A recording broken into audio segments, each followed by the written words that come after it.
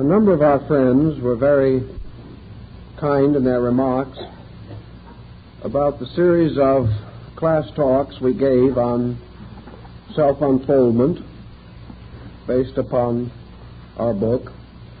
So we decided to try another book and chose one which was written quite a number of years ago, which is itself rather dangerous in the field of science. But since the book was written, I've been watching moderately the opinion rising and developing in the field which the book covers. And while it does not seem as though a revision is indicated, perhaps there are some additions we can make. And in a case of this kind, I prefer to work with additions or new material as far as possible, assuming that those who are seriously interested in the basic text have either read somewhat on the subject or in a position to do so. It seems, therefore, that in this first evening we want to strike at a problem which has not essentially bettered in the last 25 years. More work has been done. Probably much more would have been accomplished if the field had not been restricted by its own basic concepts. Today, the trend is to substantiate, as far as possible, or to support the broad and prevailing attitude in the world of science.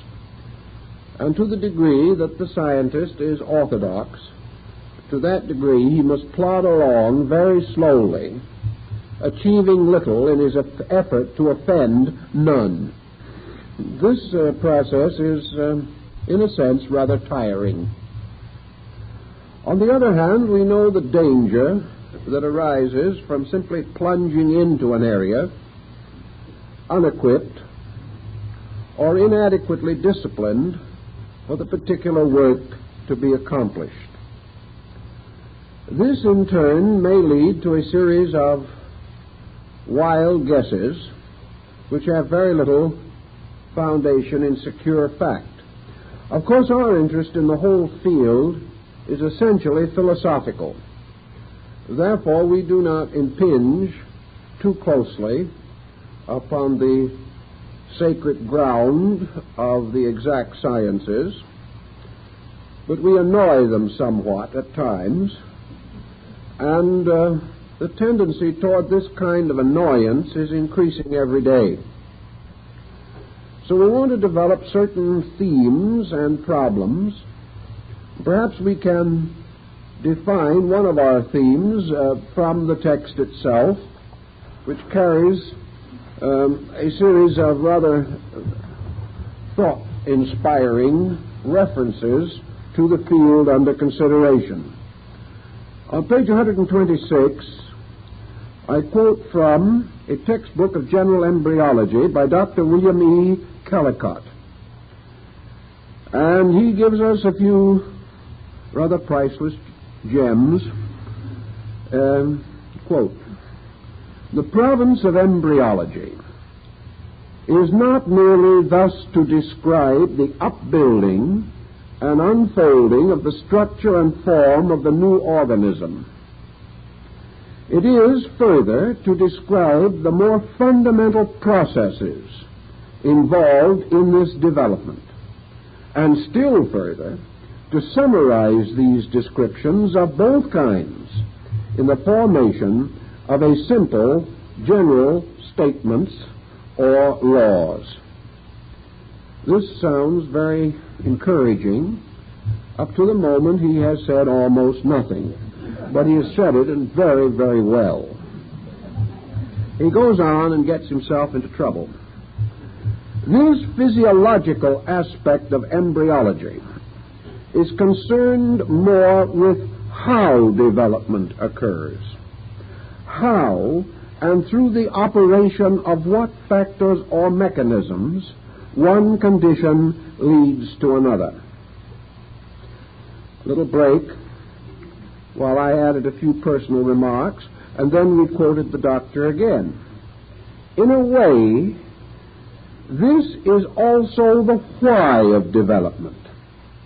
Not why in the philosophical sense, of course, but the sense of how does it happen that these things occur in development.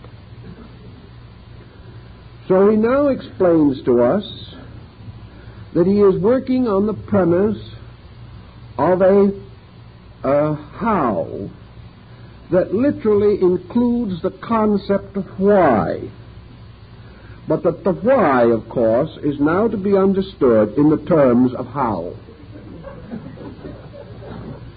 This gives you perhaps a little idea as to why great bodies move slowly.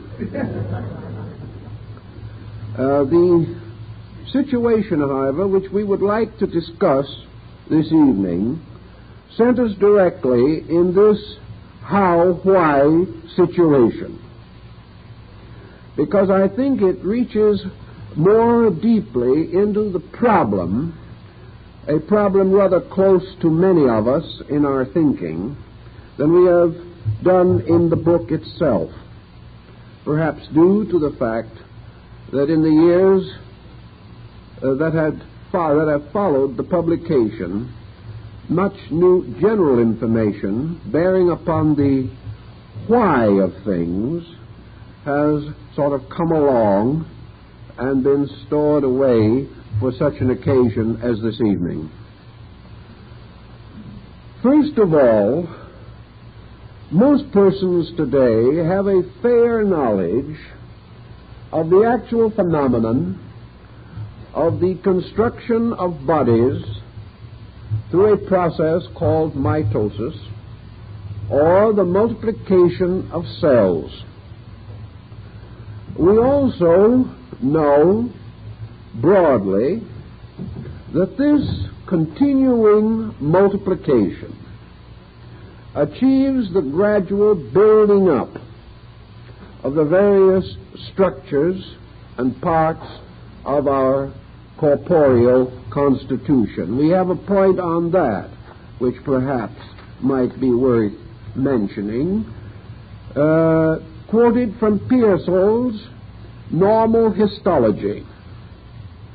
Quotation: according to Donaldson, there are 12,000 million cells in the cortex of the cerebral hemispheres of the human brain. These are all formed by the process of mitosis, which is a broad term covering the various phases of the multiplication of cells.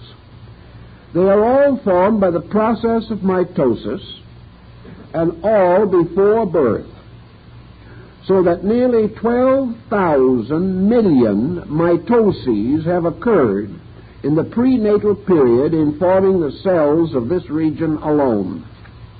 That's a rather large piece of work. Now, science knows these things. Science appreciates the actual phenomenal process. But it has been able to regard this process for a long time without becoming, we might say, reverently aware of the tremendous mystery of universal law and procedure that underlies so complex a procedure, continually going on and continually necessary in the development of all structures which we behold in nature. All structures, certainly, that claim any biological background. This brings us then to a problem of very great importance, and that is the pattern behind this entire procedure, which is now covered by the broad field of the concept of embryology and its related matters. The ontologist is not too well equipped for this type of thinking, but it is inconceivable that he can completely ignore it. So let us see, if we can, some of the philosophical points that make this field tremendously interesting and spiritually a revelation. In the first place, all of these procedures in nature proceed according to a very simple and direct methodology. All of these processes are suspended from certain principles, and these principles in themselves are not especially numerous, nor are they as principles especially complex or difficult to conceive. Yet these processes in themselves, by their orderly emergence, by their continuance, by the inevitable fact that they set in when the situations and conditions are proper to the processes involved. This in itself and its related thoughts means a great deal when we try to understand life as a living thing rather than merely as an organism. How are we going to trace the principle involved in the perpetuation of organisms? How are we going to understand this process which causes a continual fertility in nature, so that all creatures reproduce according to their kind, and will continue to do so unless some circumstance or condition brings them to a sudden or gradual termination? Forms of life can perish, but usually the perishing of a form of life is due to circumstances disturbing the conditions which are necessary for the progressive continuity of that form of life. What do we actually have then? We cannot assume that this process is unique or special or peculiar to any body or to any particular form of life.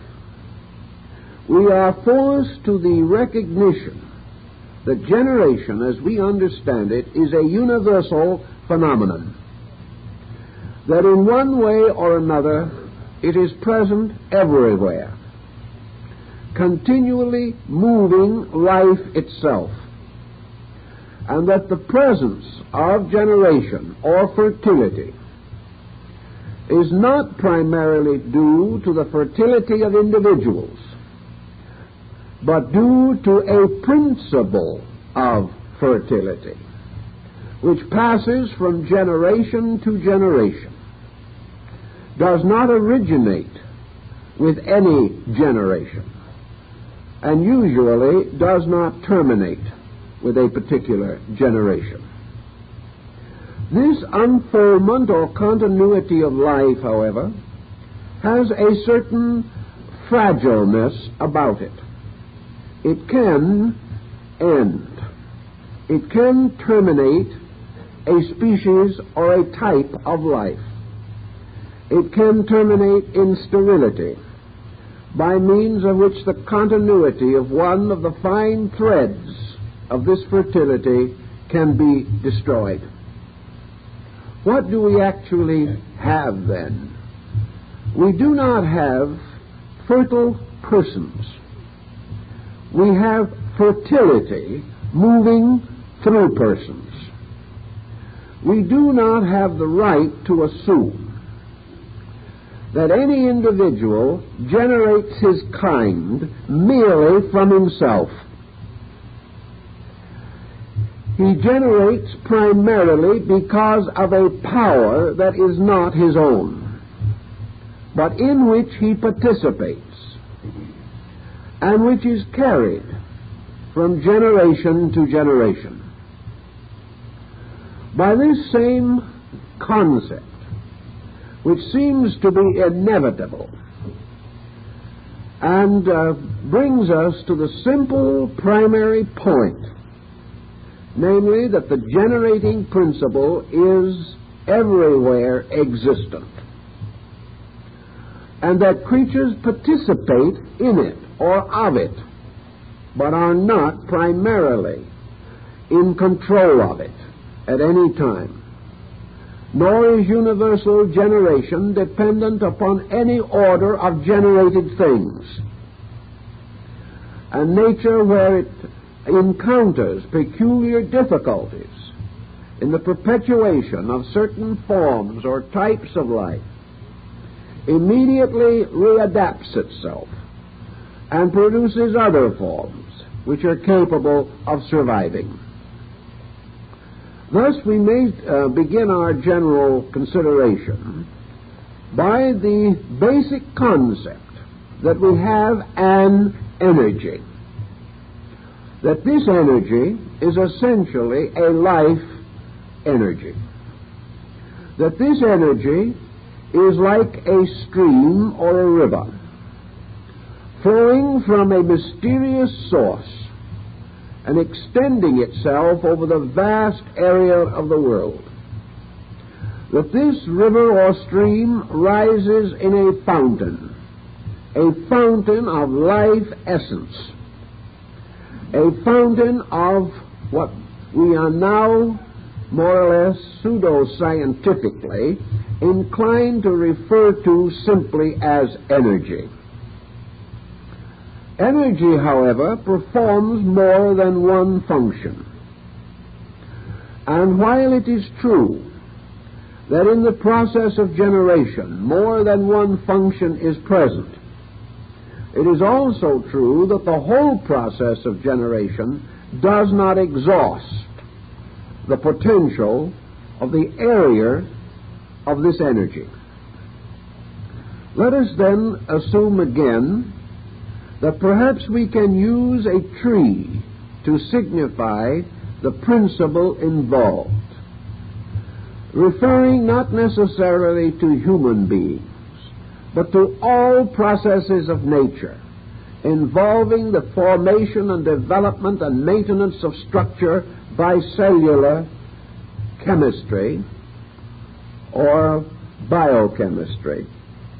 We then come to the idea that we have a root energy, that this root energy is essentially solar, cosmic, universal, that this root energy functions not only in our way of life, but in every conceivable way of life, where it is necessary for any reason to create structure, to create living tissue, to form bodies or vehicles for the manifestation of intelligence or consciousness. Out of this root energy, then, rises the life which maintains the entire tree. This life, perhaps, may be likened in its root to a seed, for we have the concept of a seed energy. We have the concept of energy growing in space. We have also the concept, which we can understand because we can observe it, that all of that which comes from energy, or which unfolds from the nuclear source of energy, all that is to come forth is archetypally contained within the seed itself, so that the oak tree, in all its glory and beauty, is locked within the acorn. And the unfoldment of the energy of the acorn must inevitably produce the oak tree. Thus, in some way, we have an energy that has a destiny, that this destiny is inherent in the energy,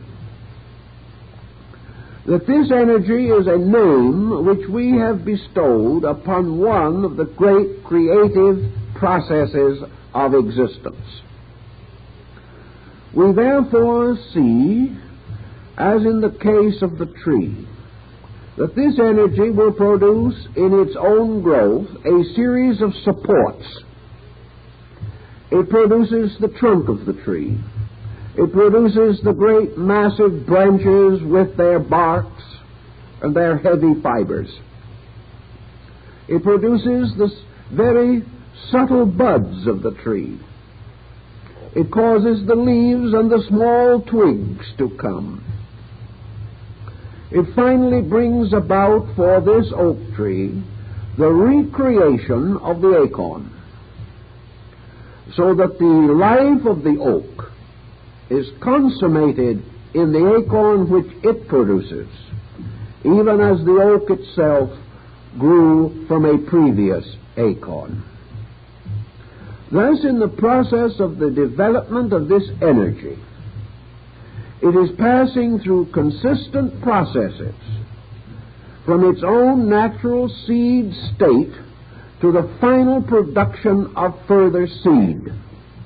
The Indian, the Hindu, has this story in his wonderful symbolism of the lotus blossom, in which this lotus itself becomes the mystical symbol of the whole process of the perpetuation of life on all levels. Nature, in its curious and wondrous economy, working as it does from a comparatively simple archetypal framework, makes use of the same processes in the generation of other things.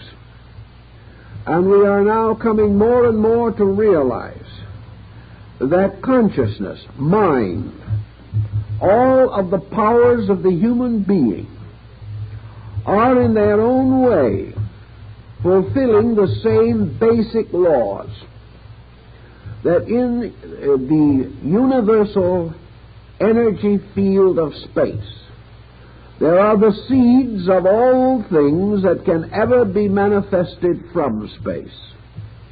Therefore, there is not only the energy seed which leads to fertility, but there is the mind seed which leads to thought or to reason. There is the psychic seed which leads to the perfection of the sensory perceptions and the aesthetic qualities.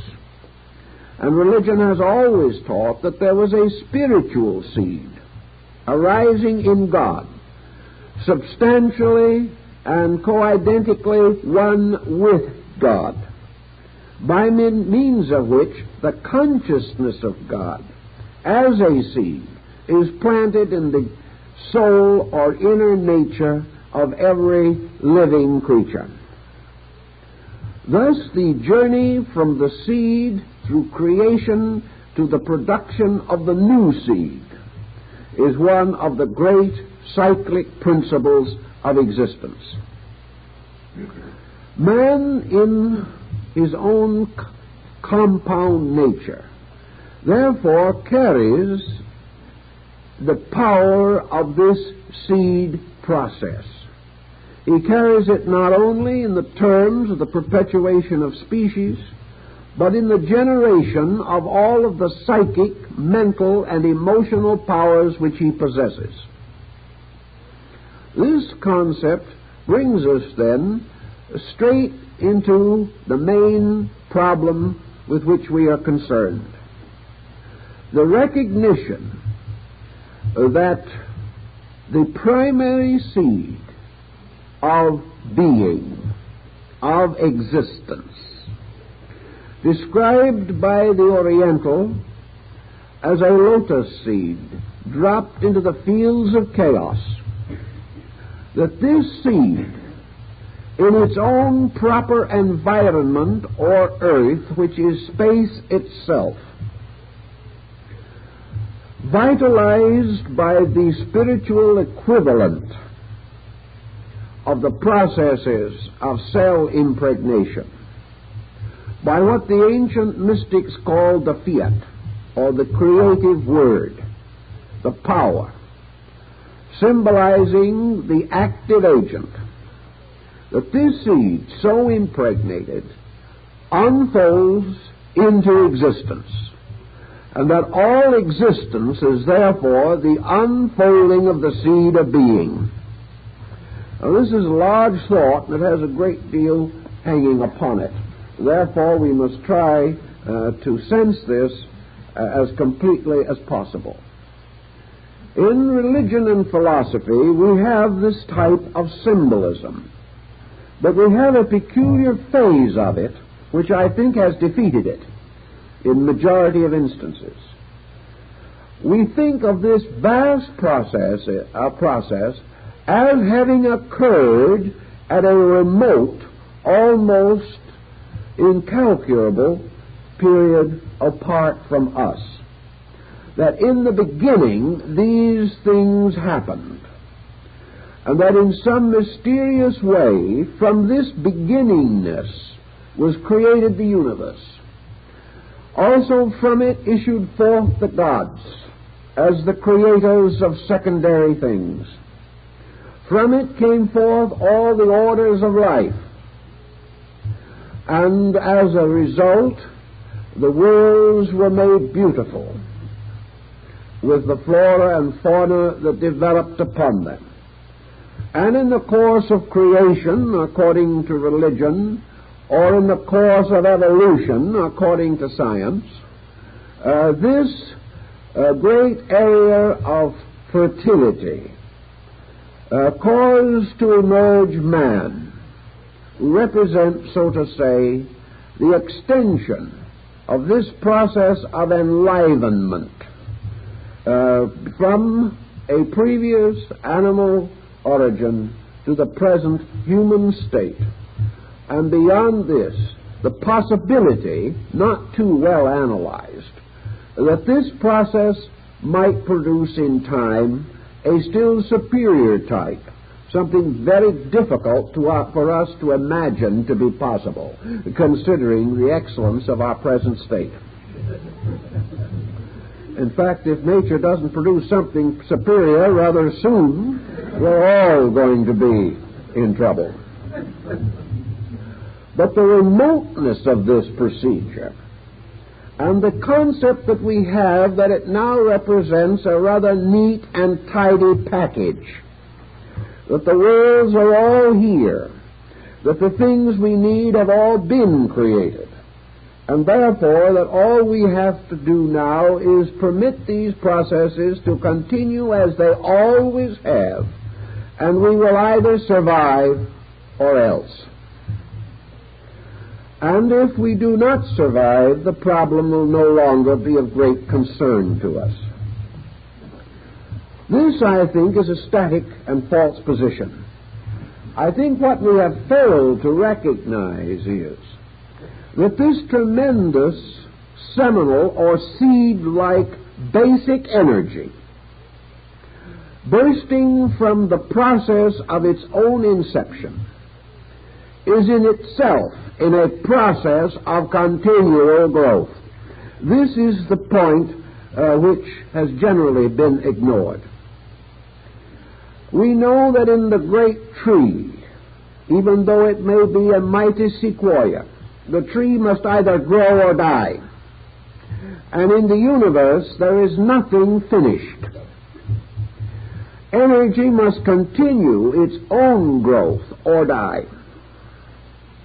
Therefore, the procedures of the moving of a subjective energy principle into objective energy manifestation is continuous and perpetual, and will exist until such termination is placed upon it as is inherent in its own archetype.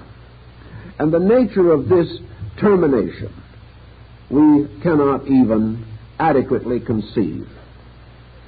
We cannot conceive of the death of life. We can conceive of living things passing into the death state of their forms or bodies. But we also realize that the very moment a person or being is dying, another is born. And that in the great pageantry of things, organisms may cease, but the power which organizes, creates, or vitalizes organisms is itself, as the Hindus realize, the only immortal. Now let us try to bring this within some kind of a pattern of understanding. Let us imagine now that what we term energy, in its original state, is very much like the energy in the seed of anything, because nature is forever repeating its own processes, and that it is natural and inevitable in the seed to grow, and placed in a proper circumstance or environment, it will germinate and fulfill its reasonable expectancy. Let us then assume that energy in space is a continually unfolding plant-like thing, a living thing, far more than a plant as we know it, because it is a plant fully conscious of its own existence, a plant moving inevitably toward the fulfillment of an expectation which is inherent within itself.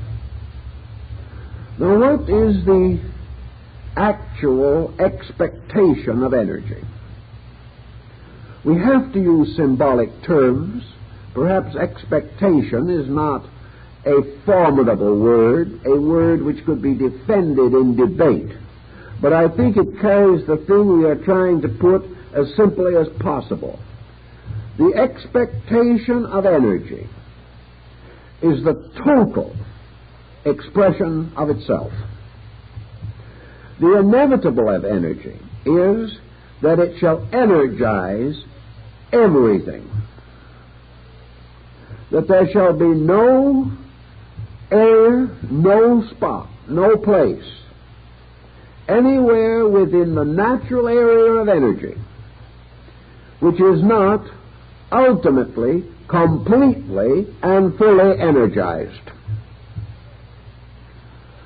What would be the deterrent to this process? And the answer in the old philosophical system, of course, was that energy, so to say, has an adversary. Now, this adversary is not a real being. It is not a thing. This adversary is a space dimension, which the old Gnostics said was deprived of energy.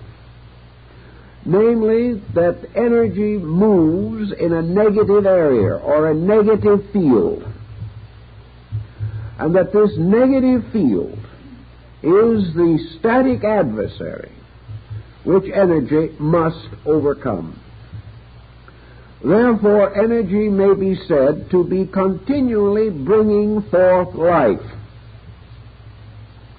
Now, as there is only one principle of life, and only one principle of energy, and only one principle of matter or substance, and this matter or substance itself is a condition of energy, and exists only because the energy agent is already active in it, then we may say that the energy opponent, the adversary of energy, is a different condition of itself, because there is no other condition that can exist. Now, what is the other condition of itself? This other condition of itself is a degree of energization inadequate for the full expression of energy at any given time. Now, let us see if we can straighten that out and make it as reasonable as possible. Let's therefore go to the problem of a child growing up. Here is an expression of this principle. A child, we assume, receives a body This body is alive at birth, but not useful. In fact, it is perhaps the least useful of all forms of living structure, because the child does not develop even the power to preserve itself for a number of years. This body, though composed totally of living energy structures, is incapable in the beginning of manifesting the intellectual power within that body, the emotional power, and at the beginning can manifest very little physical power. This process of maturing a body until it is capable of serving as an instrument for a condition of energy was by the ancients broadened to recognize or represent the entire problem on all levels. Namely, that energy or life itself, in the eternal process of its own unfoldment, it depends upon something else. It depends very largely for its growth upon a reflex or reactive process of growth in substance. Now, substance is merely a condition of itself, that is, of energy. Energy expanding through substance is continually vitalizing substance.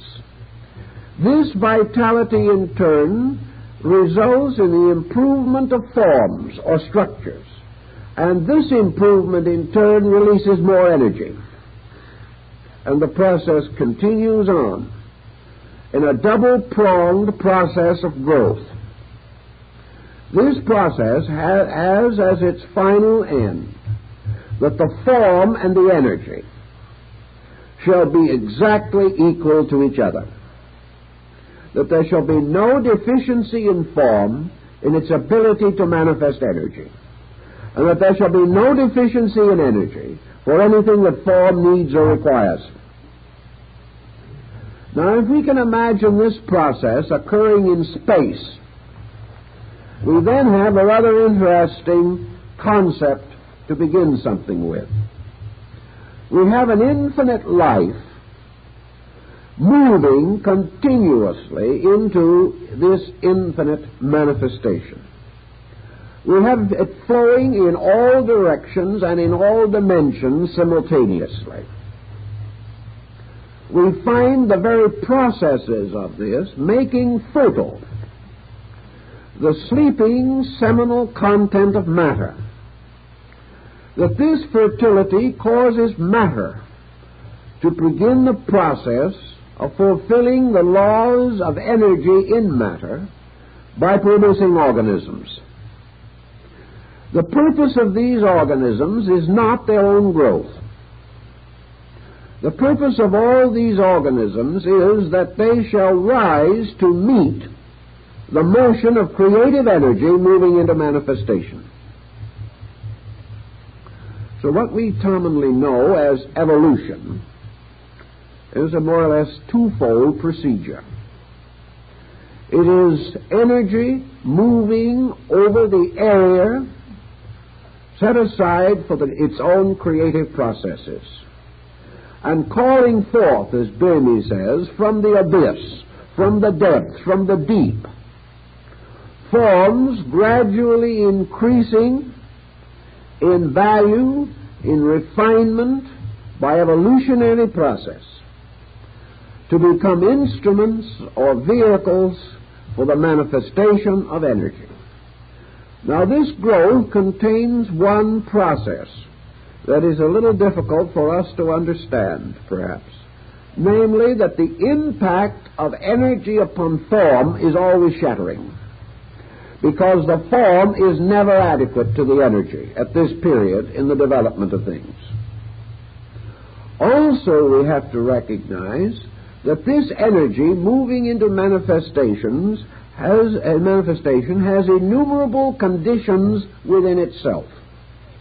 This energy appears to move outward in waves. like the tidal motion of oceans, or perhaps more symbolically, like the ripples resulting from a stone dropped into a pool.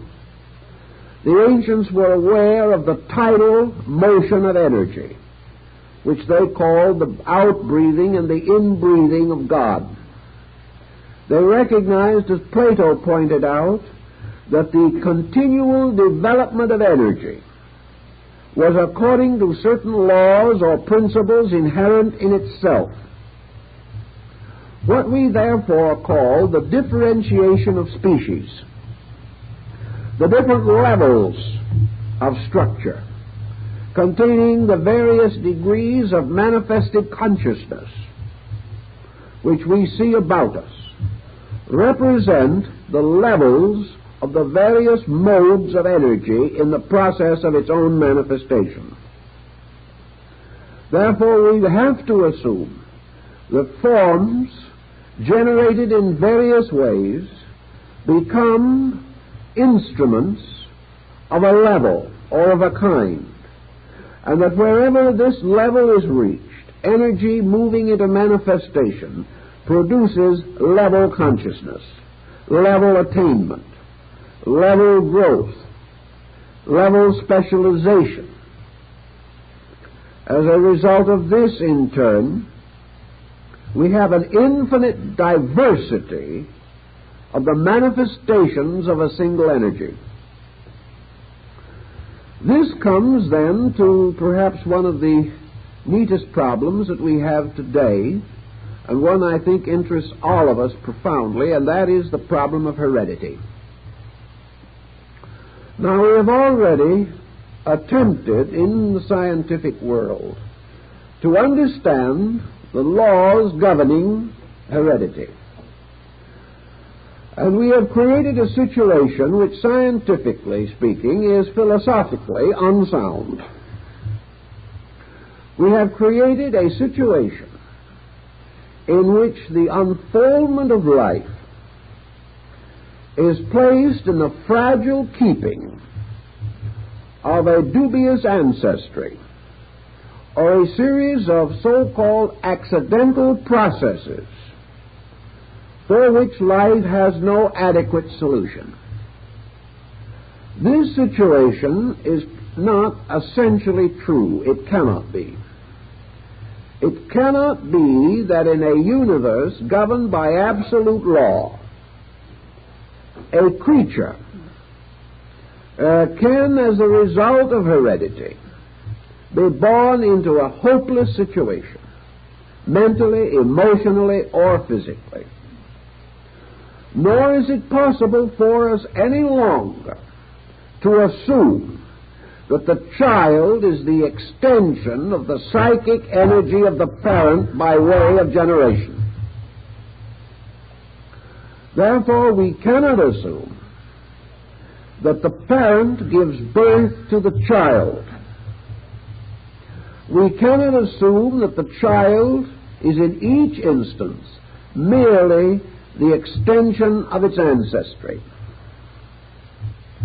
If we assume this, we assume a situation that is utterly contrary to the available facts that we can discover in nature. It is true that we are at a loss, and that we are further complicated by certain apparent facts which we have hastily accepted. Psychologically, we have accepted the importance of the transmission of characteristics. We find that a child born of a family with a certain type of attitude seems to be born with that attitude, or perhaps with a great repugnance to that attitude, but at least heavily conditioned by it. The fight as to whether the child's temperament has been modified before birth or subsequent to birth as a result of conditioning goes on. Most geneticists deny the concept that the parental nature can be directly inherited.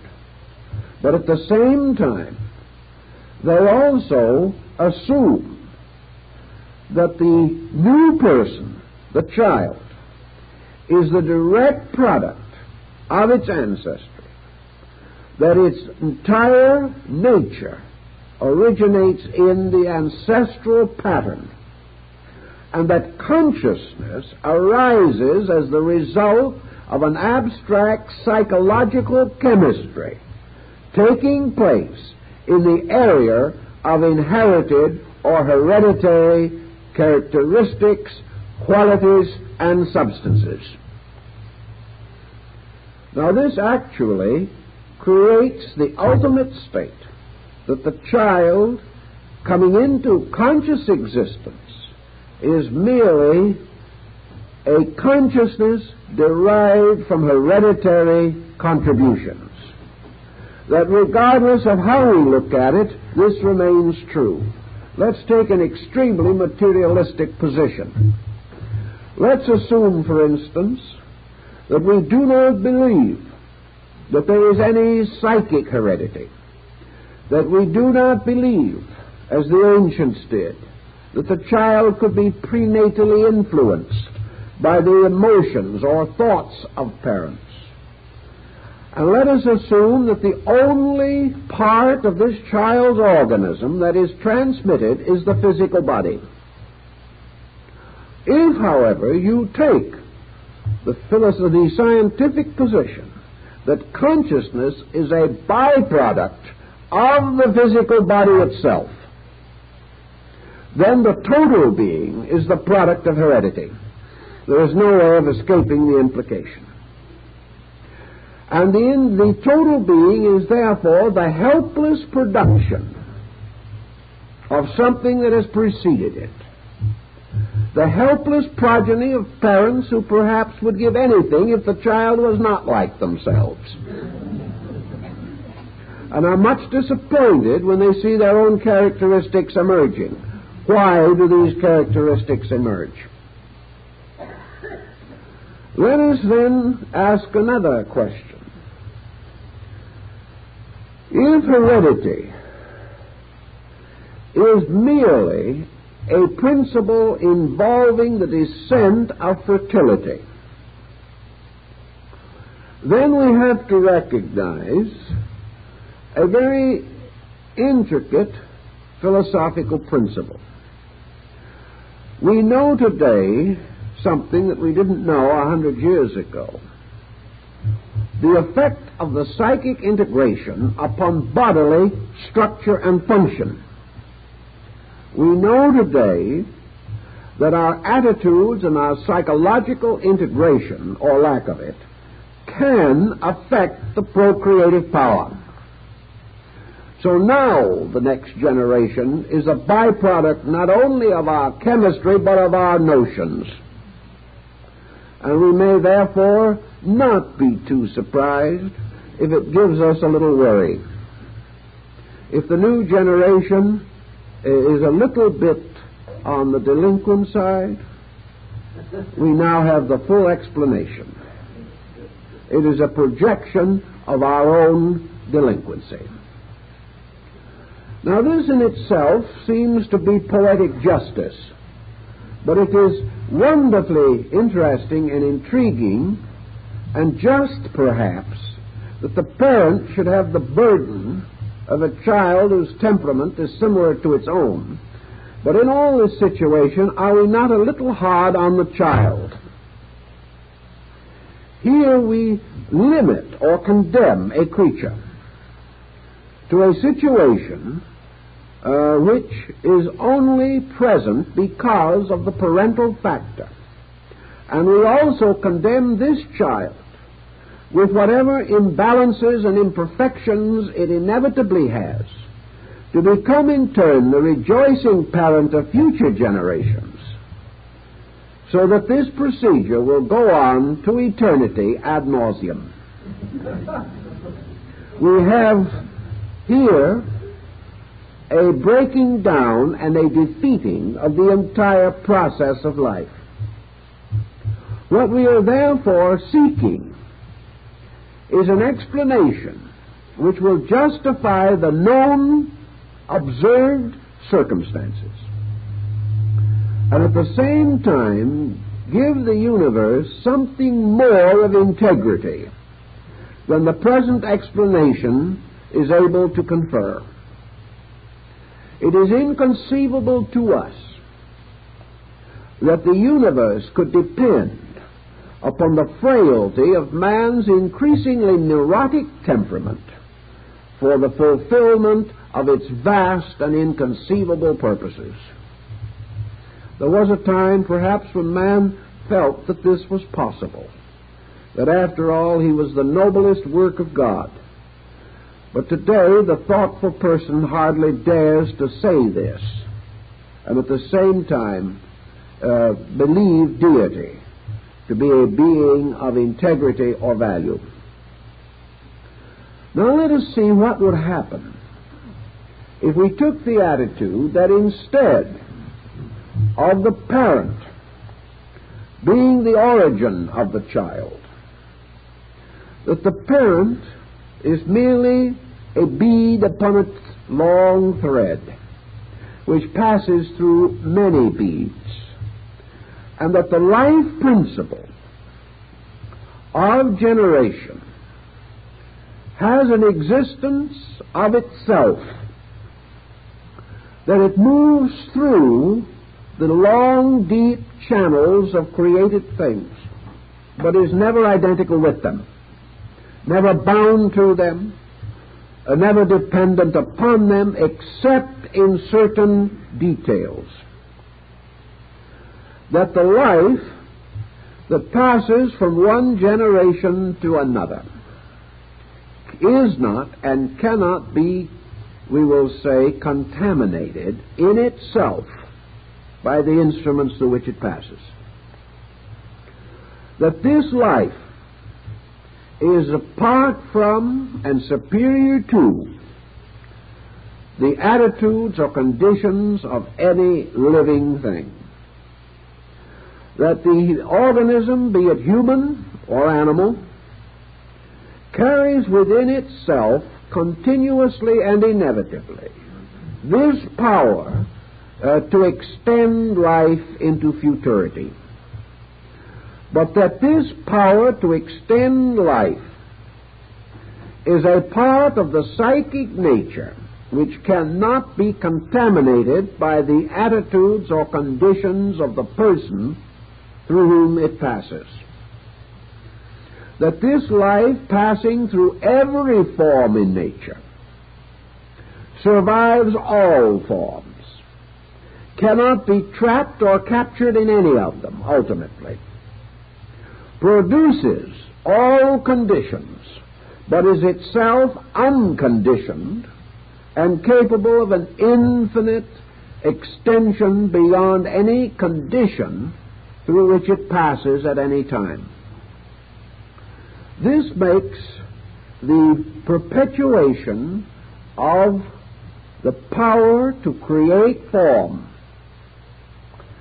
something entirely separate from the essential structure of human psychology. That this form is perpetuated as a result of the presence of an energy, a spark, a life principle, superior to and separate from any psychological, emotional, mental, or physical circumstance. Therefore, we can say now, this, assuming it to be true, still leaves us with a dilemma. If this is true, how are we going to explain that individuals may be able to destroy, or elements of sickness or circumstance may destroy the power of propagation? That therefore it is not inevitable that any being propagate, nor is it inevitable that life itself will break through obstacles set up to propagation and force it where either it is not reasonable or not desired? The answer is very simple in one point, namely that the process of reproduction depends always upon the available catalysts or polarities existing within the body or nature which is going to or should propagate. However, the failure to propagate has no effect upon the energy of propagation, any more than the fact that a wind blows a twig from a tree kills the tree.